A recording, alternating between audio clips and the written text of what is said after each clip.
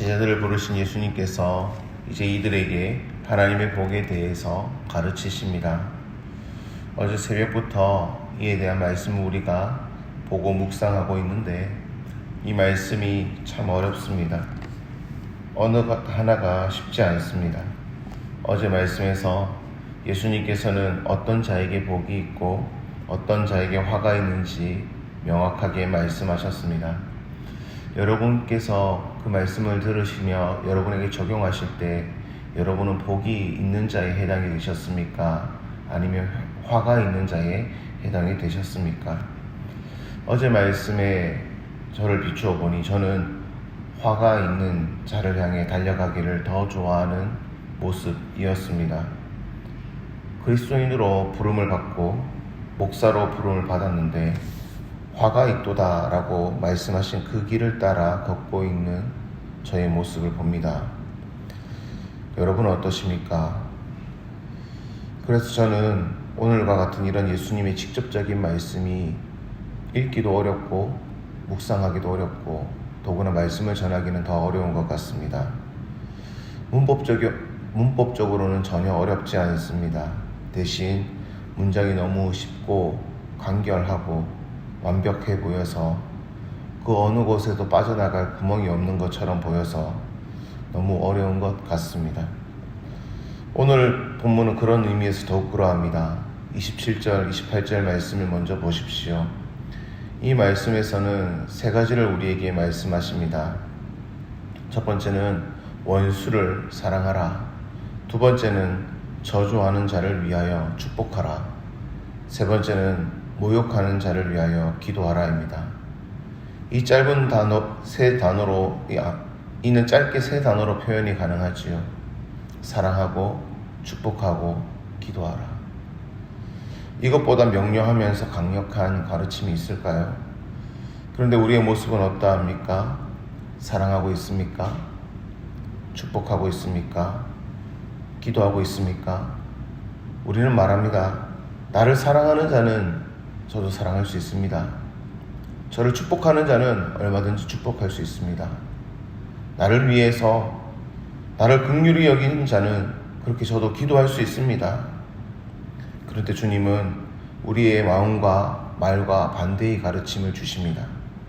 나를 사랑하는 자가 아니라 원수를 사랑하고 나를 선대하는 자가 아니라 나를 저주하는 자를 축복하며 나를 긍휼히 여기는 자가 아니라 나를 모욕하는 자를 위해서 기도하라.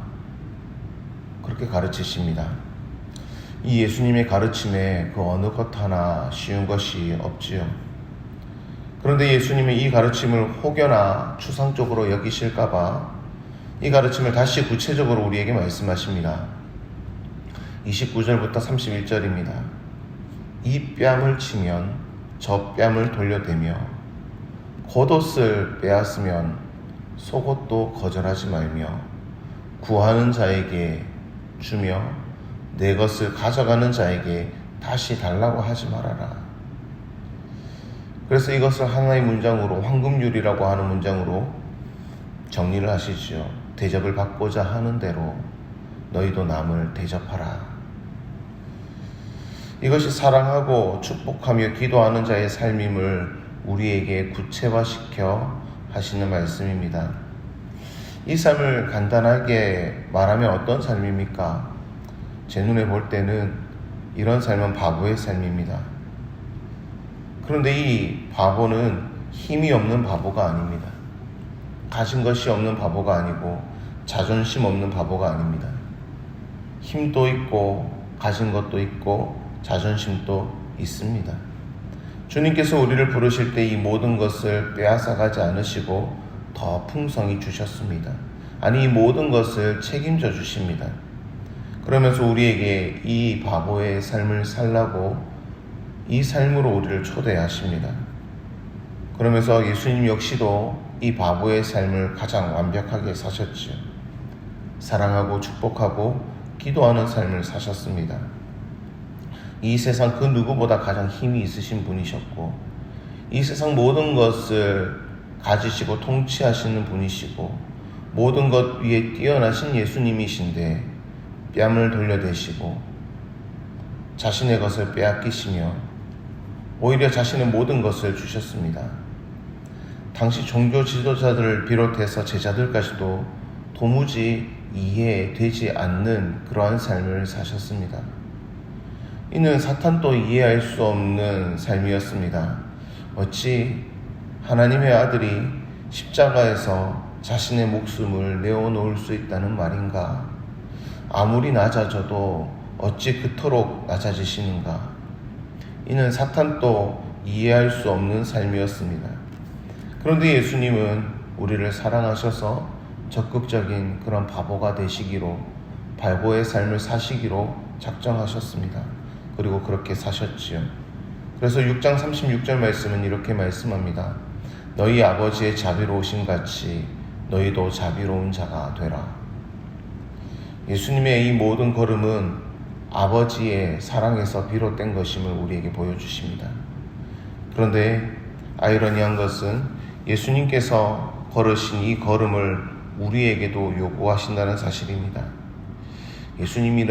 예수님이시라면 이럴 만한 능력이 있으셔서 이렇게 사신 것처럼 보이는데 그 삶을 제자들을 부르시며 제자들에게도 요청하시고 동일하게 오늘 우리에게도 요청하십니다. 우리에게 사랑하고 축복하고 기도하는 삶의 능력을 주셨다는 의미입니다. 적극적인 바보가 될 수 있는 능력을 주셨다는 의미입니다. 그런데 우리는 어떠합니까? 이 부르심을 받은 우리는 이런 삶을 살아갑니까? 그리스도인이지만 목사이지만 저는 그렇지 못한 것 같습니다. 가장 가깝다고 할 수 있는 제 아내에게 하는 모습만 봐도 명확합니다. 사랑하겠다고 모든 사람들이 보는 앞에서 언약을 맺은 사람을 위해서도 사랑하고 축복하고 기도하는 삶을 살지 못할 때가 많습니다. 그런데 제가 어찌 다른 사람을 더 사랑하고 축복하고 기도하며 살 수 있겠습니까? 만약 그렇다면 위선이겠지. 주님께서도 우리가 이런 삶을 살기 쉽지 않다는 것을 잘 알고 계십니다. 때문에 오늘 본문 37절, 38절은 어떻게 이런 삶을 살 수 있는지 아주 조그마한 가이드를 제시해 주십니다. 비판하지 말아라. 정죄하지 말아라.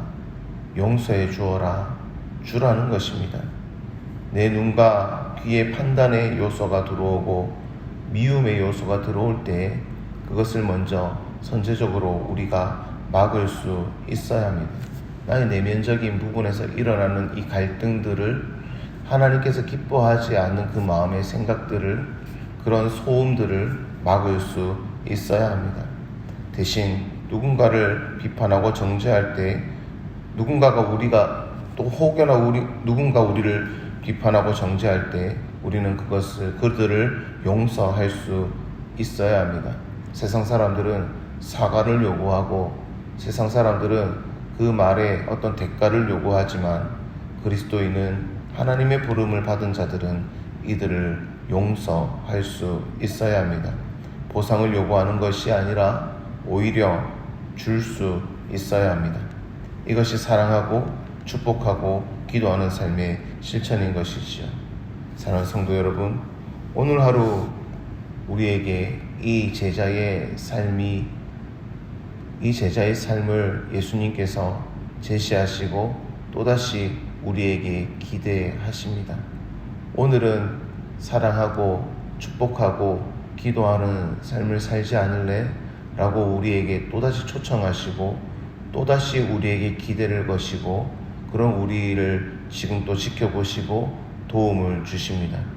오늘 우리가 주님 앞에 또 기도하며 대면하였을 때 물론 우리 가운데 연약한 부분이 있지만 그 연약한 모든 것들을 주님 앞에 다 의탁하고 주님, 오늘 우리의 하루가, 우리의 걸음이 조금 더 어제보다 조금 더 사랑하고 어제보다 조금 더 많은 사람을 축복하고 다른 이들을 위해 기도하는 삶이 될 수 있도록 나에게 어렵게 하는 자이면 자일수록 더 사랑하고 더 축복하고 더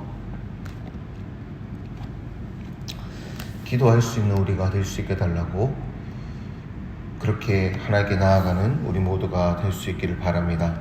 시간 기도할 때에 말씀을 위해 기도하시고, 특별히 교회를 위해 기도할 때 우리 교회 가운데 더 큰 그 하나님의 사랑과 축복과 기도가 넘치게 해달라고 함께 기도하겠습니다. 기도하시고 댁으로 평안히 돌아가겠습니다.